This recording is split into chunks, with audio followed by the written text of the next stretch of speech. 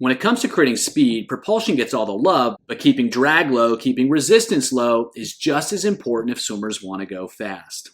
And while many swimmers have opportunities to learn how to create more propulsion, they typically have just as many, if not more opportunities to go faster by keeping resistance low. And as with propulsion, the details can often make the difference.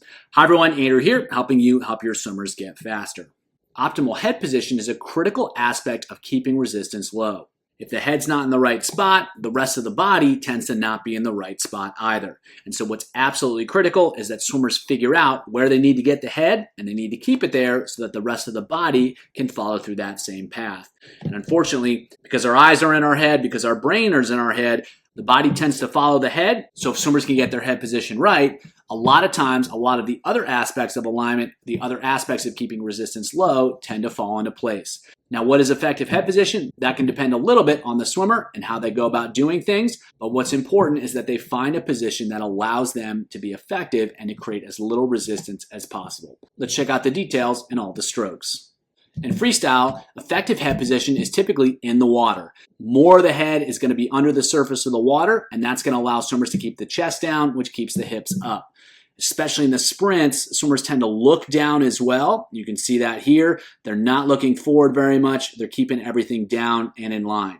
Now, in distance swimming, we'll still see that same thing, and the head's going to come back down into alignment every time. So you can see her whole head comes back down underwater.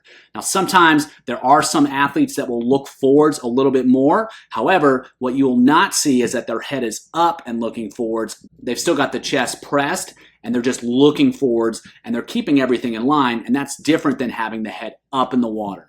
And so again, most of the head is almost always going to be under the water. They may be looking straight down, they may be looking slightly forward, and in some cases they may be looking more forward, but they're always keeping that head pretty much submerged, and that's going to allow them to minimize resistance.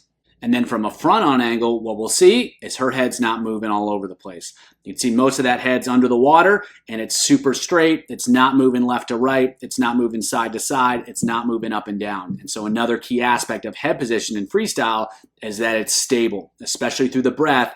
It's not popping up much. It's not moving to the side, and that's allowing swimmers to move straight through the water as much as possible. So a low, stable head position is going to be really key for keeping resistance low. And with backstroke, we're going to see the same thing. So you'll see most of his head is going to be under the water. You can see the cap, you can see the name writing, you can see the flag on the side of his head. That's going to allow him to maintain a more optimal body position. And again, his head's not up.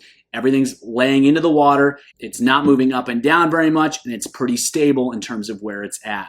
And just like we saw in freestyle, the head's not moving side to side much either. So the head is really stable here. You can see most of the lettering on the cap too. It's relatively under the surface of the water as well, but it's not moving up and down. It's not moving side to side. Everything's really stable, just like we want in freestyle. Everything's staying stable, everything's staying low, and everything's moving the body forward. Now, when it comes to butterfly and breaststroke, things are going to change a little bit. Obviously, we're not worried so much about the side-to-side motion. If that's happening, we've got way bigger issues than just the head position. But what we're looking for here is that the head's not moving too much. Obviously, it needs to come up to breathe, and you can see that here. Her head's coming up out of the water, but her whole body's not coming up out of the water. It's just her head. And then upon re-entry, the head's got to come down a little bit so the chest can press to get the hips up. But it's not diving down. You can see her head's not going all the way deep down under the water. It's going deep enough to get the hips up to maintain alignment, but it's not going so deep that it takes a long time for her to get back up out of that hole. And so the head position is going to lead the body position from an up and down motion here. And we're going to try to keep that wave relatively tight, not coming too high to breathe, and that not driving too far down in order to get the hips up. So keeping it relatively tight with the head position in the up and down motion, enough to facilitate the rhythm of the stroke, but not too much. And we'll see the same thing here with a different athlete. And so even then, she's got a pretty good chest press there, but that head's not diving down. She's getting right about there. So the whole head's going to go underwater, but it's not going to go that much further than that. And when she breathes here, the head's going to come up, disappear, but it's getting right back down fast. And you can see it's pretty much just enough elevation to get the head out of the water, not anymore.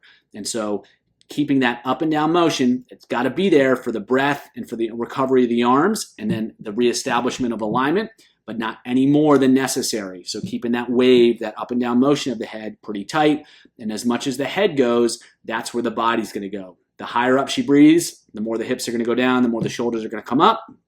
And the lower she presses, the more that the chest is going to follow, and that's going to cause more resistance. So what we're looking for is enough. And breaststroke is very similar in this regard. So he's going to come up enough to breathe and to recover the arms effectively, and then he's going to get that head back down. But he's not diving down. Those arms are going straight forward, and the head's going straight forward. Everything's getting back into alignment, not diving down. So that's going to let him get his hips back up. It's going to let him get back into the next stroke cycle quickly, but it's clean. It's not excessive up and down motion. So he's just getting his head back down, just like he would in freestyle. You know, that's more or less the same position that they're going to be in. Head right at the surface, maybe slightly submerged, maybe a little bit deeper here in breaststroke, but probably not as deep as butterfly. And then coming up and breathing there. And so the breath is going to be a little bit higher. He's getting a little bit more elevation there as compared to butterfly, but he's not diving down quite as deep. So the total amplitude of the head is probably going to be pretty similar. It's just raised up a little bit higher in the water.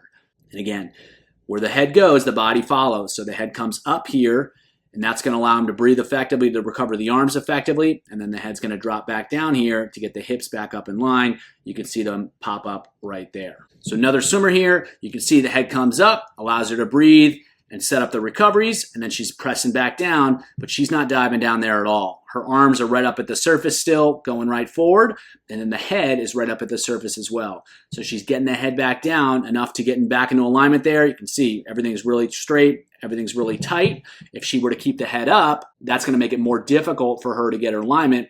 And then also if she drives the head down, that's going to create a lot of unnecessary up and down motion. And so you can kind of see that with the swimmer below. She recovers down there, and then she's got to come back up out of it, where the swimmer in front of us, she dives right back down, and then she's right at the surface. She's not diving deeper. She's just getting back into alignment every time. And so where the head goes, the body follows. And if you look at the swimmer below, the head and the arms go a little bit deeper. The body follows that path, and then it kind of rides back out of it. That's just going to take more time.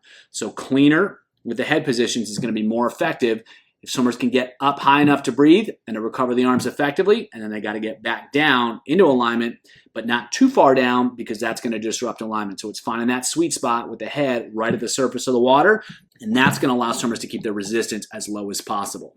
If you want to learn more about how elite swimmers keep resistance low in freestyle, check out the video above.